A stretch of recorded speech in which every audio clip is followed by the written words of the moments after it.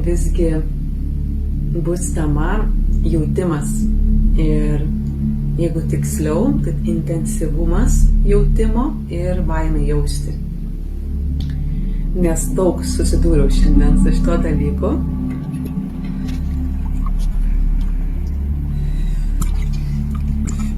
Tai todėl apie tai bus labai naudinga ir pakalbėti, nes tai labai gyva.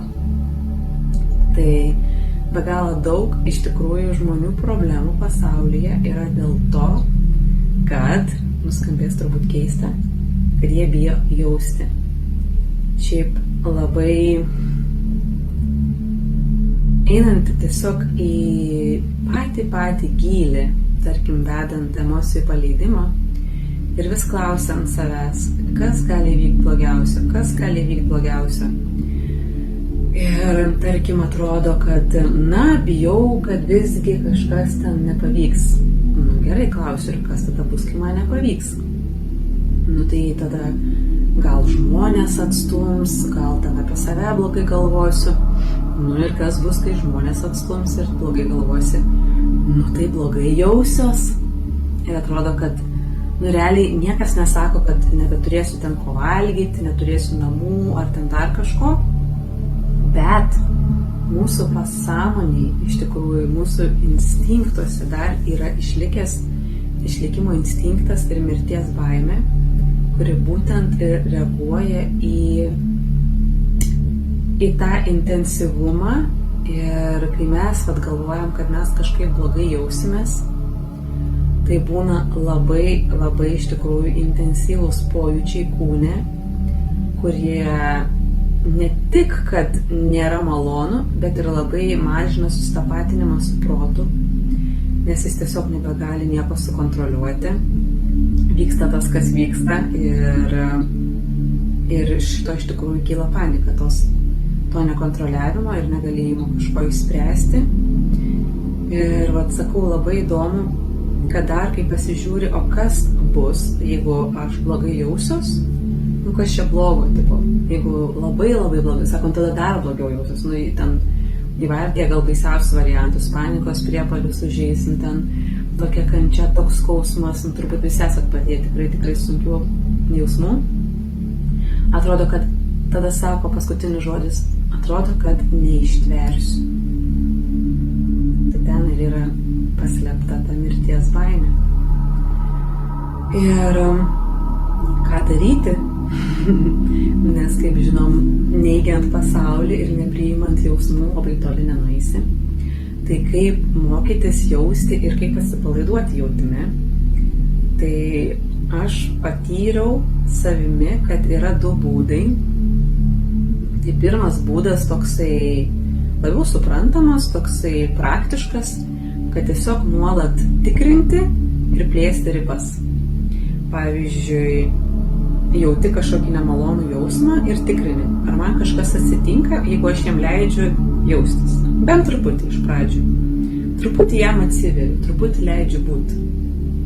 Ir tiesiog stebi ir nuolat patvirtini tiek savo kūnų, tiek protą, kad nieko neatsitiko. Kol kas nenumiriau, kol kas rankos, kojas nenukrito, nesusprogo ten kas nors. Ir taip ta riba, kur atrodė, kad jau čia mano tas intensyvumas, jinai tiesiog po truputį plečiasi. Ir labai naudinga tada užsiimti ir įvairiom praktikom, kur pats gali susikelti savo tą intensyvumą ir taip ir plėsti tas ribas. Kaip pavyzdžiui, Wim Hofo šalčio metodas, labai iš tikrųjų efektyvu. Ir aš taip pastebėjau, kad jeigu išmoksti atsiverti šalčiui, tai praktiškai išmoksti atsiverti bet kokiam pojūčiui.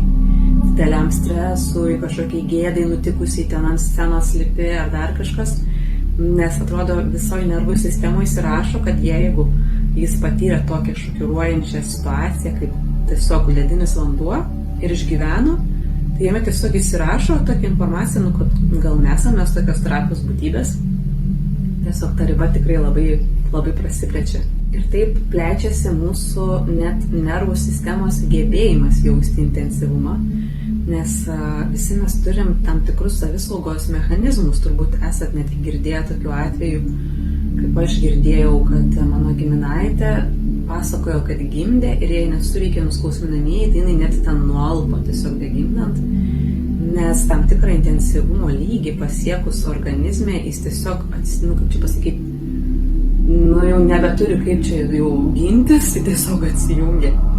Ir kad tai gali būti ir su gerais dalykais, mes galim atsijungti ir kai būna, netiesiogiai nuolipti, bet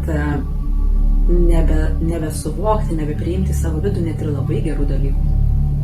Pavyzdžiui, turbūt daug kas esat patyrę tokį jausmą, kai labai apie kažką svajojot ir tas kažkas išsipildo ir jūs tiesiog negalit patikėti. Bet ne gerąja prasme, kad oho, negaliu patikėti, bet kad tiesiog nejauti nieko. Pavyzdžiui, man yra buvę, kad užkopiam į kokią kalno viršūnę ir aš žvalgausi ir aš nieko nejaučiu. Ir atrodo, toks pat jausmas būtų žiūrėti televizorių namuose.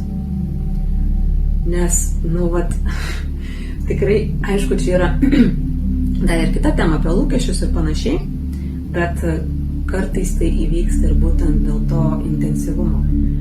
Ir taip pat yra antras būdas, o antras būdas yra susijungti su savo siela.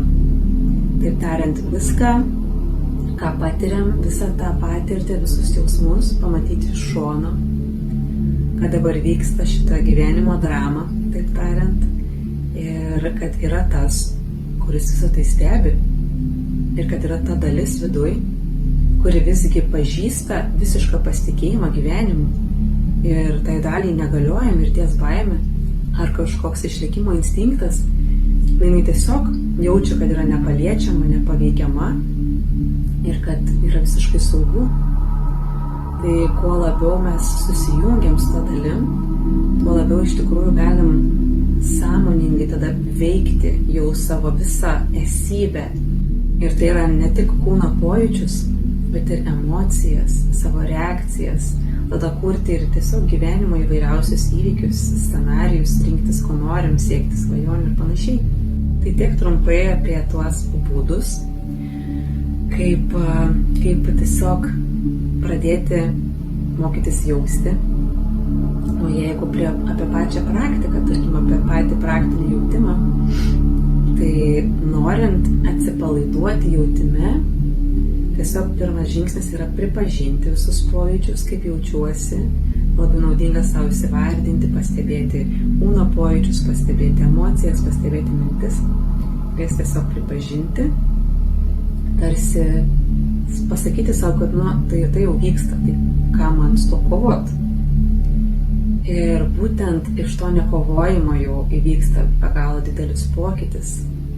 Ir dažnai šitoj vietoje mes atrandam pasipriešinimą ir įsikibimą, nes visiškas gyvenimo įsileidimas, taip kaip jis vyksta, kaip minėjau, mažina proto tapatinimąsi su formomis. Nes protui reikia nuspėti, kas įvyks už kelių minučių, protui reikia pasirūpinti, kad mes gerai jaustumėmės. O tiesiog sutikti su visko, kas vyksta, protui netrodo labai gera mintis, nes neaišku, kaip tada įvyks.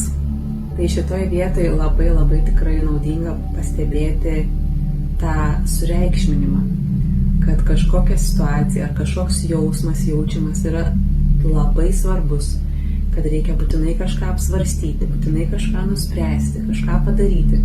Kad ir šiandien, atrodo, vaikščiau po mišką su Martynu ir kilo kažkokie jausmai ir vietoj to atrodo, kad iškart sugebėčiau tiesiog atsipalaiduoti ir tiesiog leisti jiems jaustis, panašiai kaip kokia audra užeina už lango, tai nepuoli ten, nežinau, jos ten suvaldyti, ten kokiais užklot paklodėm ar, nežinau, meteorologams skambinti. Tai taip ir su jausmais dažnai iš tikrųjų nieko ten daug nepadarysi, jeigu jie jau užėjo. Ir aišku, dažnai būna, kad jie mums signalizuoja, kad į kažką reiktų pažiūrėti gyvenime ir kažką mąstyti, galbūt pakeisti. Bet aš šiuo atveju truputį ne apie šitą dalį noriu pakalbėti, o apie patį jautimą, kai tie jausmai jau ateina. Kad nevyktų kova ne tik su gyvenimo situacijom, kurios gal mums ten nepatinka, bet kad nevyktų dar ir antrinė kova su savo jausmais.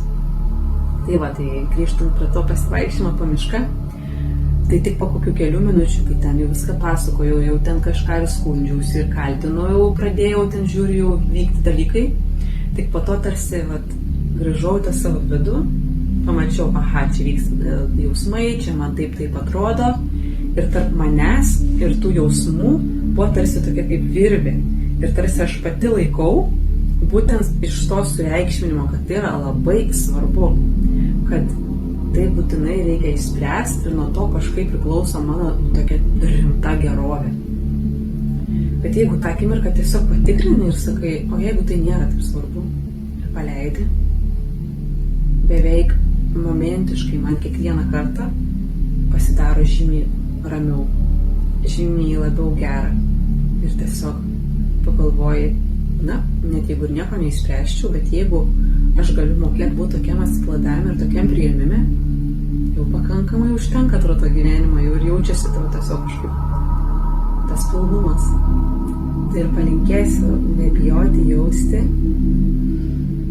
arba net jeigu ir bijot, tiesiog su to nekovoti ir tame atsipalaiduoti ir mokytis iš tikrųjų. Mes kiekvieną dieną turim milijoną tokių situacijų, milijoną galimybių tobulėti ir plėsti tą savo nervų sistemą, plėsti tas ribas, ar bendraujant su kitais, ar jaučiant